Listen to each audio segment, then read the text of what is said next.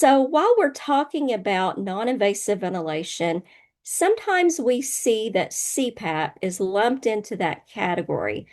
And we want you to understand why CPAP is wrong for someone with weak breathing muscles.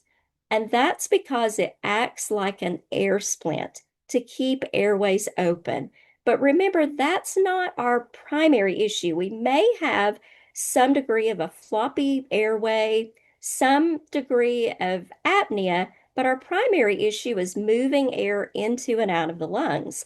And so typically with CPAP and that one continuous positive pressure, if it is turned up high enough to fill the lungs, then the individual's weak expiratory muscles find it difficult to exhale against that. And it does not directly assist in moving air into and out of the lungs.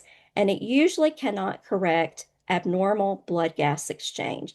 And we see sometimes that it does make individuals worse if they have neuromuscular disease. So the difference with bilevel ventilation is that it provides two different positive airway pressures. IPAP, which is what we inhale, and then a much more reduced EPAP, what we exhale against.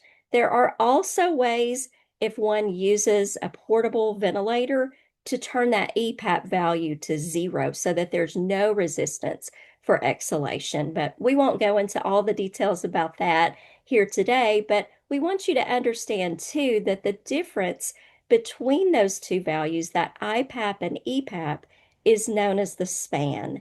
And that is the breathing support that is being provided by the device. For example, an IPAP of 20 and an EPAP of 4 is going to provide breathing support of 16 centimeters of water. And again, with bilevel ventilation, referred to as BiPAP, BPAP, or a portable ventilator, that is what assists in moving air into and out of the lungs, that process known as ventilation.